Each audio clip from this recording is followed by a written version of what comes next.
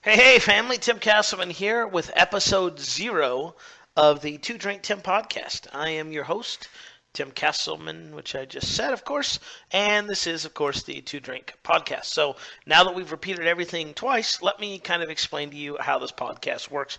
If you're a brand new listener, which you are because for the love of God, this is the very first episode. So the premise is very simple. I get borderline drunk, and then I stumble my way to the old recording device headset, and I talk about whatever the fuck I want to. So today's podcast is not sponsored by Piazzo Wine, P-A-Z-Z-O, which just happened to be a half bottle of wine left over from the wife and I's 5th anniversary dinner that I decided to polish off on a Sunday night after watching Game of Thrones and attempting to catch diabetes with the Cinnabon Bites from Taco Bell. Now, the Cinnabon Bites from Taco Bell are a popular stoner treat. I can tell because they're always fucking out of them every time that I go. I'm like, hey, it's like I have to call Taco Bell before I go get them. I have to call them and be like, hey, listen, I'm trying to get some liquid diarrhea for tomorrow. Do you have that in stock? And surprisingly, I have to go to several places usually to do that. So I have yet to polish off ye old brownie. They call it like a brownie slice. It's basically 2 pieces of brownie with just pure sugar in the middle of it. I don't know if my blood sugar alcohol can handle that, but we're going to find out.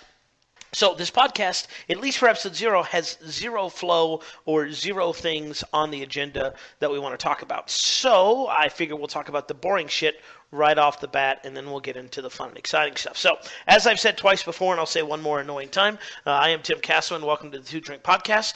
Let me tell you a little bit about myself so that you can get acclimated and decide if this is something you want to invest the rest of your life in, or at least the next 20 minutes in.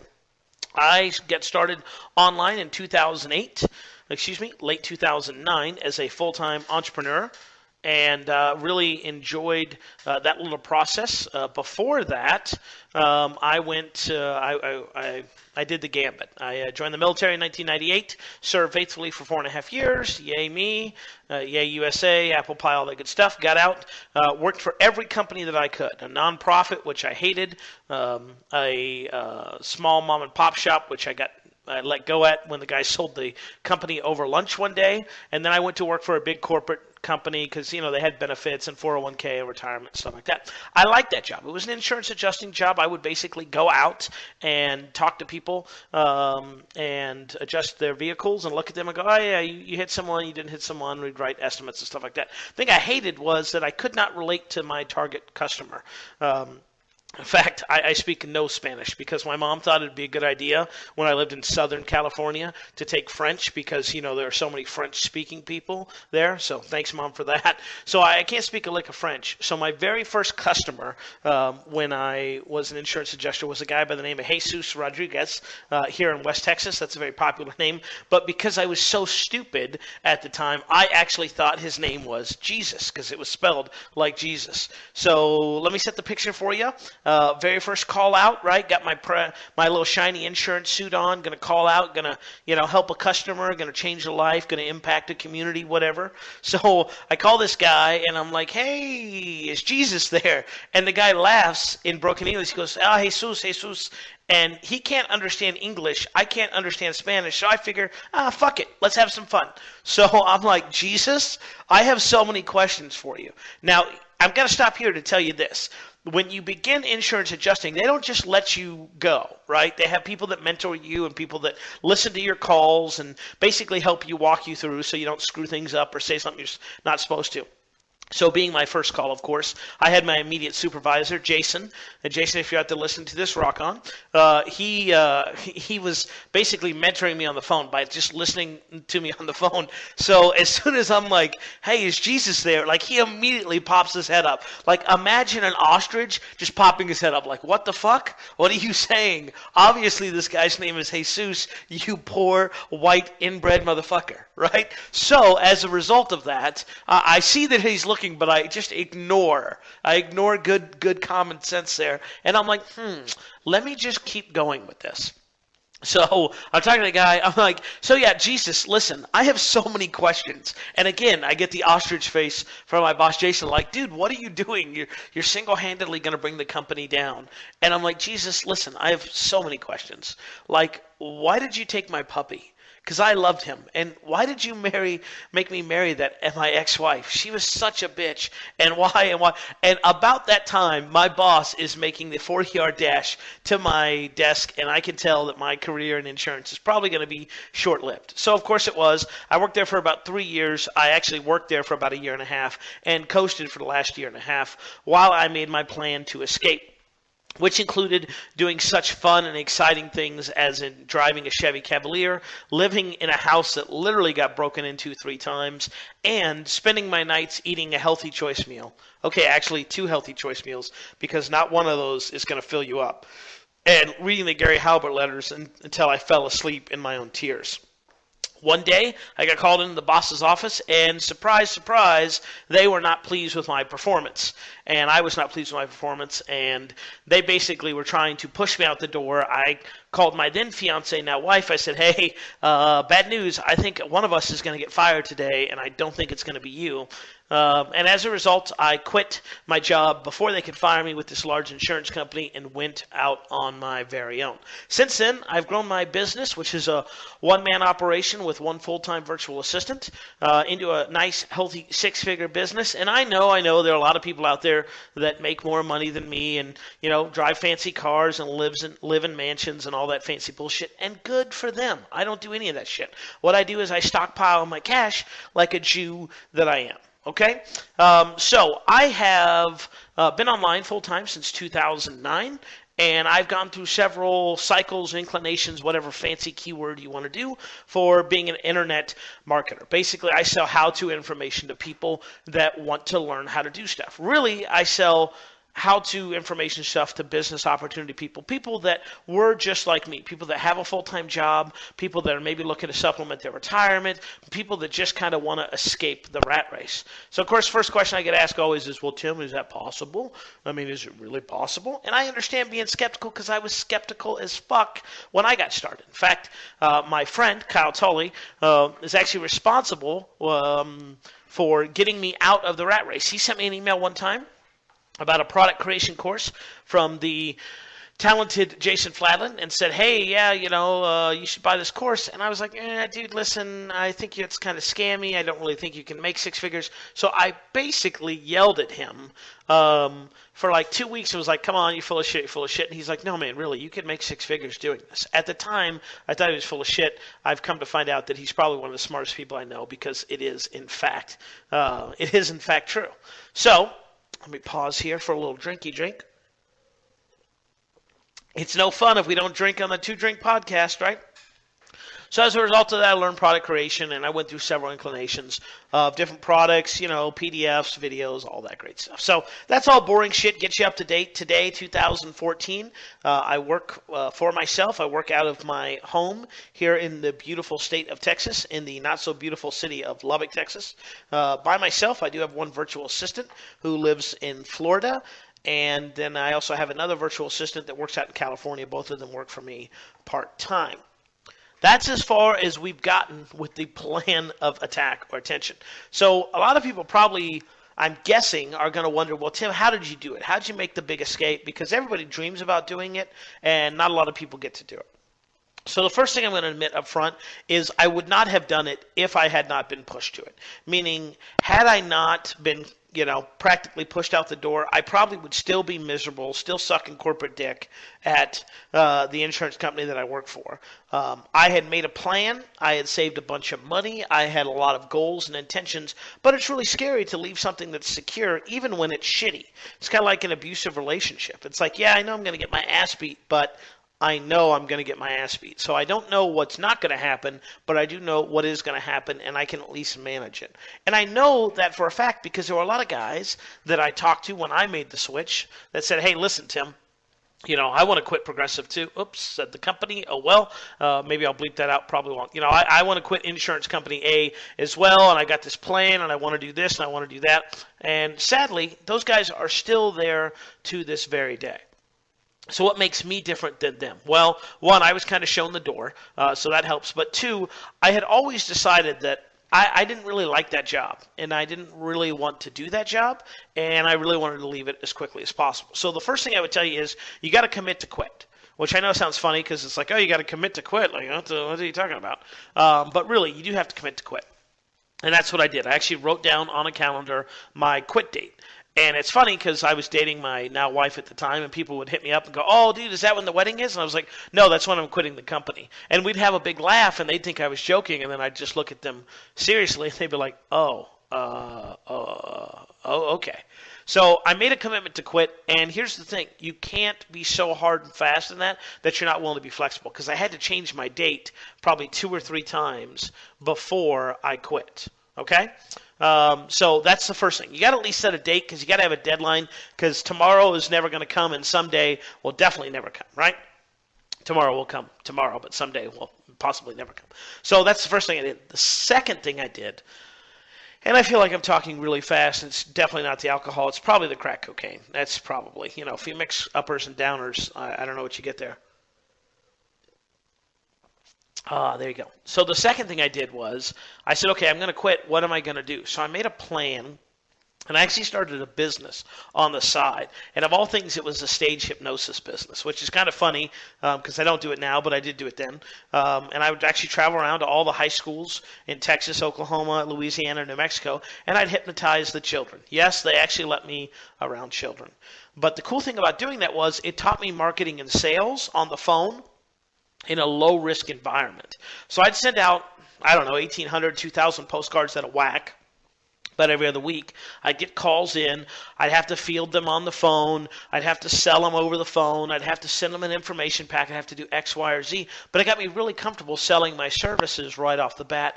And here's the other thing. I was getting paid at the beginning about $850 a show, all the way up to about $1,500 a show when I gave it up. And that's probably on the cheap side, just to be honest with you. So by doing that, I got comfortable with sales, I got comfortable with marketing, and all that money that I made, I started putting on my debts. Now, I wish I could say that I did that at the beginning. I did not. I screwed up like a lot of people. I used a credit card for my very first business ventures, right? And I bought my stage sound, I bought my mics, I bought all this other crap. The one thing I did was I basically built a business with 0 customers first. So what I would recommend to you if you're listening to this, okay, is that you start with your customers first and then use the money that you make to buy all the fancy toys and gadgets and so on. For instance, like my sound system and my mic, I could have rented for probably $150 a week instead of spending $3,000 up front. So because I screwed that up, once I started making money, I had to pay off that debt pretty damn quickly, okay, or PDQ. So pretty damn quickly, PDQ, yep, it checks. Okay. So I did that. And then once I paid off my debt, then I started paying off business debt. I started paying off my personal debt. I paid off my piece of shit car. I had like a 1999 Chevy Cavalier, which was amazing, and I miss that car every single day, right? Cloth seats, manual windows, big baller. It's a bitch getter. I mean, it was a panty dropper. When you rolled that thing into the hood, people thought, there's a guy with a 520 credit score right there, making me all moist, right? By the way, this podcast isn't going to get any better with language, so if you have a problem with the dirty words, you probably should go fuck yourself and get off this, right? So I started paying off my debt, and then once I got my debt paid off, then I started stockpiling cash like the Jew that I am. And basically my goal was to save about 3 to 6 months of income prior to quitting my job. I had about, I can't remember if it was 10 or 15, might have even been 25 G's saved up. I'm going to say it was 15 grand. And if you want to learn how to do financial management, I'm not the guy. Go to Dave Ramsey, buy his Total Money Makeover book. That book changed my life. It sucks because you got to sacrifice and you got to give up. Like when my friends were going to Rose Bowls and my friends were going to bowl games for college, I was staying at home with my Chevy Cavalier, my Healthy Choice meals. But I work for myself now. They still work for the man. So they won at the beginning. I won at the end. That's how I look at it. Okay. So I started stockpiling my cash, started saving that up, had my 3 to 6 month emergency fund, and I was still working for the man. I was still busy, and I would be at work, and I'd be getting calls for show after show after show. And even my boss in one of my performance evaluations, she's like, you're so busy doing everything else besides your job. which was absolutely true because I was a horrible employee. All right, I had hated every job that I'd ever had. I hated every boss that I ever had, not because they were idiots, but because I thought I could do it better. I mean, what boss would tell me, hey, Tim, you know what? I think it's a good idea. Why don't you polish off half a bottle of wine and jump on the old interwebs and do a podcast for everybody to listen to? Nobody. That's why I'm my own boss. Okay, and I'm back. So, had my money right, had my business right, had everything right, and then decided, or the company decided, hey, it was time to go. So, this is the part where I tell you about, oh, everything was great, and life was perfect and awesome and wonderful, and I made my millions. But that's actually not true. You see, even though I quit the job, I was horribly depressed for probably about 3 months afterwards. In fact, I'd have nightmares about my old boss. And, here's the thing, especially in Western society, our business and our jobs are everything. So because I quit my job to basically avoid getting fired, I kept thinking like, man, I'm just not a man. I can't take care of my family. I can't, do the stuff I need to do, and I'm a horrible person. So that really fucked with me for about 90 days.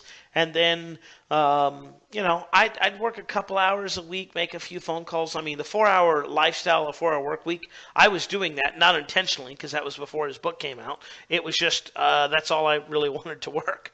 So I started doing that and started doing the hypnosis thing. And the hypnosis thing was great, but I started noticing that I was on the road a ton. And I had this really cool chick back home that's now my wife that I didn't really want to be away for forever.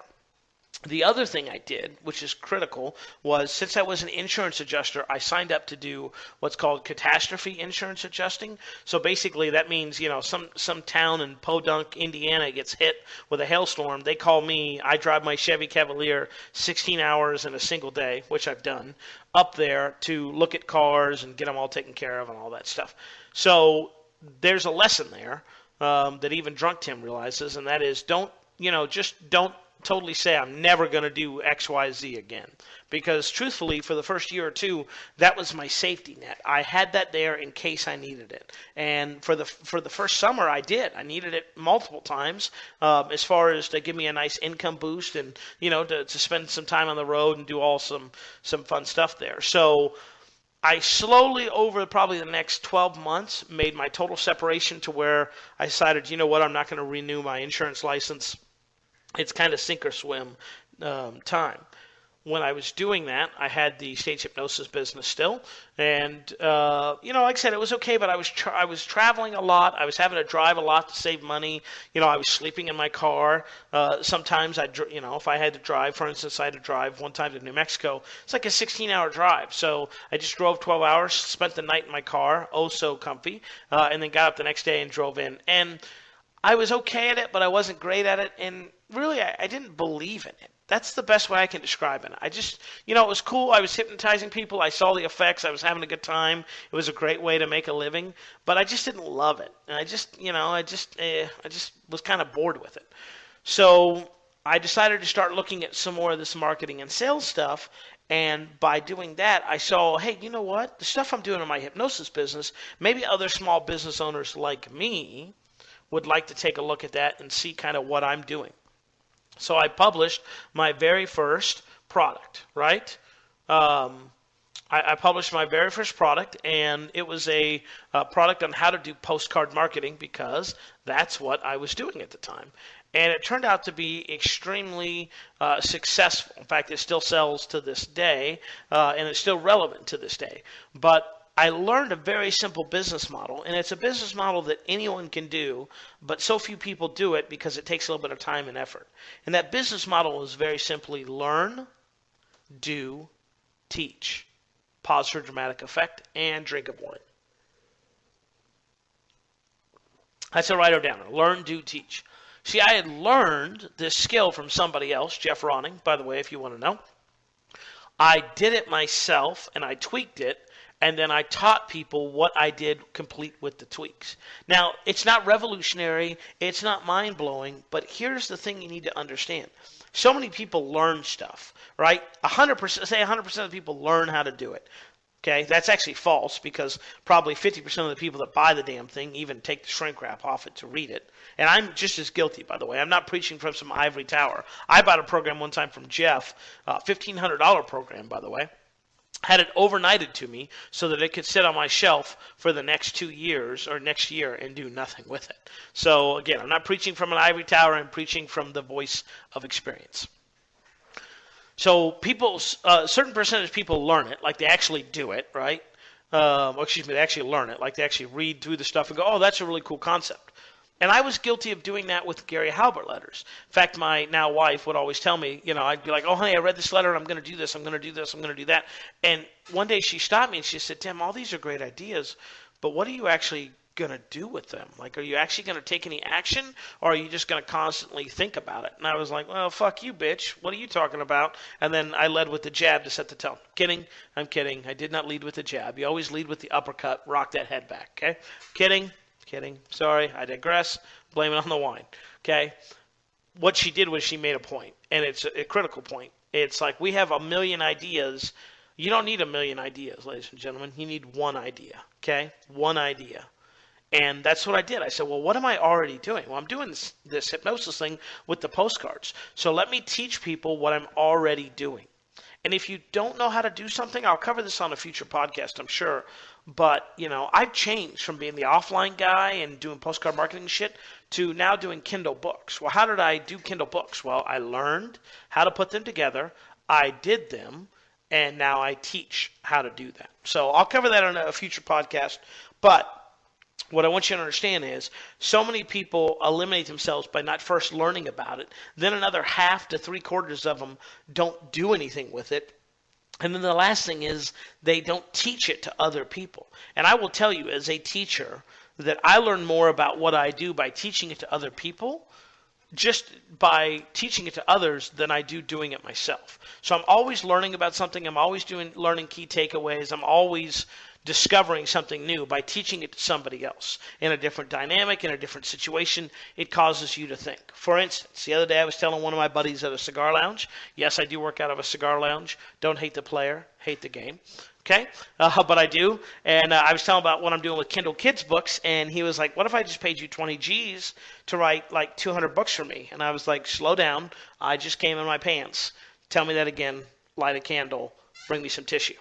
Okay, I didn't tell him the last part. But by doing that, having that conversation, it really caused me to rethink what I'm doing with my business and see a whole brand new way that I could be scaling and growing my business that I would not have thought of had I not first taught him the concept and then he improve upon it.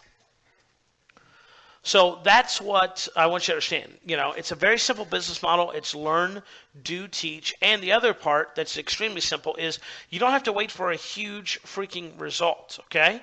I don't have a ton of results in Kindle. I have some successful results, but here's what I have to remember. I have more successful results than 95% of the people out there that don't do anything, okay? Because you doing one thing is better than me doing nothing.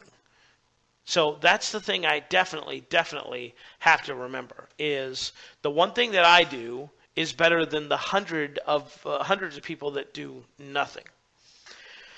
So Learn, Do, Teach has really been my business model. It's really allowed me to grow my company and kind of build a business that I want to build, how I want to build it. I'll have to talk about that in another podcast and kind of talk about my philosophy and how I've kind of come up in the game, if you will. But if you're looking for a way to get into this business, what I recommend you do is you find something, whatever it is, whatever interests you, and go learn how to do it. Whether you got to pay someone, and I would recommend you pay someone for some one-on-one time, buy some courses, then go do it, and then report on your results, good and bad. I used to think people only wanted to hear the good, right? People only wanted to hear about the good things in business and life. But here's the truth. People want to know where you screw up just as much as they do when you succeed. Because if you can prevent someone from screwing up as well as helping them grow their business, they're equally grateful for it. So just something to kind of think and consider going forward. So I guess this is where I would take a pause. I would have another drink of the old vino. and I would do some form of advertising if one day we actually have advertising on this podcast. But we don't right now, so I'll just tell you that email me your suggestions for the podcast. What the hell? Contact timcastleman@gmail.com. Again, contact timcastleman@gmail.com. I will not read all of them. My assistant will, and the ones that don't tell me that I suck a big fat hairy penis will probably get forwarded on to me to review. And what I want you to email me about. Tell me some shit you'd like me to talk about on this podcast. I literally have nothing. I don't even have an outline for it today. I will try to write the outline before I start drinking next time, because I think that'll kind of benefit us, and we'll go from there. The key I want to explain to people, and what I'd like you to take away from this episode 0, if you will, is 1, have a date when you're going to quit. 2, stockpile cash. Cash is king. Cash is fucking power. I knew that very on, even in my military career. I actually remember consciously telling my bosses, I keep $5,000. Actually, it was like $2,000. I keep like $2,000 in cash with me in the bank at all times. That way, they don't have control and power. You know, it's like I would love to drive a fancy SUV. I would love to live in a bigger house than this new house we have built for us. But you know what I really love is the peace of mind of knowing that if tomorrow I wanted to say deuces to everyone and anyone in my life, I could do that. I could pay off all my debt. I could pay for this this house in cash, or cash in house, however you like to say it in your English language. Don't judge. And I could do exactly what I want and not have to be beholden to somebody else. The borrower is slave to the lender, as Dave Ramsey taught me. And when you have cash, you're the king. When you can walk in and say, yeah, I'd like to buy that house, and here's $130,000 in cash, that's king. And you can't get there overnight. It's going to take some time. You got to change some habits. I wish there was some magic loophole that I could teach you that'd be so awesome and powerful. But you know what? The shit that matters, the shit that really impacts and changes your life, takes time. It's not an overnight thing. It's not a pill. It's not a potion. It's not a secret formula. It's like, hey, here's some really basic shit that's so basic that everybody overlooks it, and nobody's willing to do it. How'd I get out of debt? I spent less than I made. There you go. There's the revolutionary formula, free of charge. Now, it's so easy, but nobody will do it, right? Because I got to have my latte, and I got to have my fancy sports car, and I got to have the boat, and I got to have this, I got to have that. Instead of, I got to have money so that I can just say, you know what, boss? I'm tired of sucking the old corporate dick. I'm going to stop deep-throating that, and I'm going to move on. So understand that. Get your cash right. Get your debt paid down. Do what you need to do. That's step 1. Step 2 is learn something. It can be anything you want. Okay, I had a full business set up in the offline arena. I fired all my clients. I stopped teaching it. I stopped selling the stuff. I started at 0 again, and I built that business back up to 6 figures within a year. So the system works. I could do this same system with anything that anyone would pay me money for. I guarantee you I could take this to the underwater basket weaving niche, if it was a profitable niche, and make money with it. The system does not change. Okay, all you got to do is learn something, you got to go do it, and then you got to tell somebody. Because guess what? Somebody is going to be impressed by your ability to take action. No matter how big, no matter how small. I only make a few $100s per month on Kindle. But you know what? I make 100% more than 100% of the people out there that make $0 on Kindle. So they want to be like me. Just like I want to be like some of my friends who make 5, 6, 7, 8 figures. Okay, I don't want to be like the ones that make 5. I make 6 figures. But my friends who make 7 and 8 figures, right? We all have this thing called a ladder of ascension that we feel compelled from childbirth and from school and from the military and from whatever job. You got to climb that corporate ladder, right? So I'm dropping knowledge even with the vino in me that I hope you guys are understanding. So that's it. You know what? I think I'm going to wrap it up here. It's almost 30 minutes. I think this is a good stop. This has been episode 0 of the Two Drink Tim podcast. I promise a much more structured formula in the future, possibly, unless the vino gets into me. I want your feedback. Hit me up at contacttimcastleman@gmail.com. Again, contacttimcastleman@gmail.com. And I will be doing another one of these in the near future, hopefully with your suggestions in place. Thanks for your time and attention. I wish you a happy and healthy life. If this is the last time that you listen to me, please enjoy your favorite adult beverages responsibly, and if you have the chance and you want to get diabetes, go to Taco Bell, get the Cinnabon little balls of destiny, right? Get yourself a little brownie lava cake like I'm about to destroy, and live your life, and let your freak flag fly. Talk to you soon. Be well.